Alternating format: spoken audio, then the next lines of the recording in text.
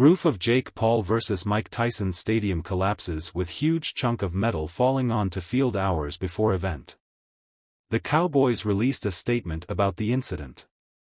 A section of the AT&T Stadium roof in Texas collapsed just days after last week's huge Netflix boxing event. Heavyweight legend Mike Tyson went head-to-head with YouTuber Jake Paul at the 80,000-seater arena on Friday.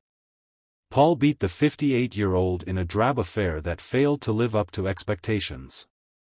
The disappointing bout was quickly forgotten when the stadium transformed just in time for the NFL clash between the Dallas Cowboys and the Houston Texans. But just hours before the Monday night game, a piece of the roof came loose and fell onto the field.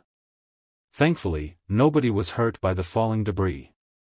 The Cowboys later revealed the accident occurred due to high winds.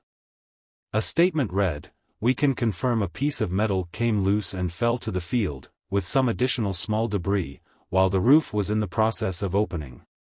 There were no injuries. It is being reviewed further, and a decision regarding the ability to reopen the roof safely will be made when possible."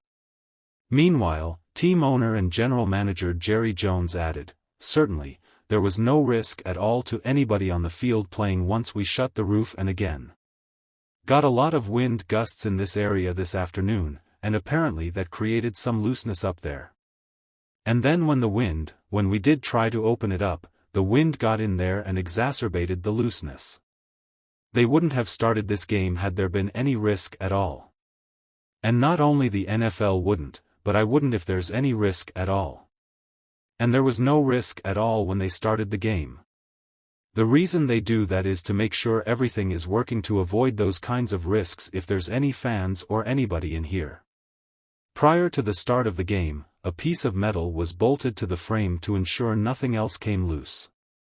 The Cowboys went on to lose 34-10 to the Texans.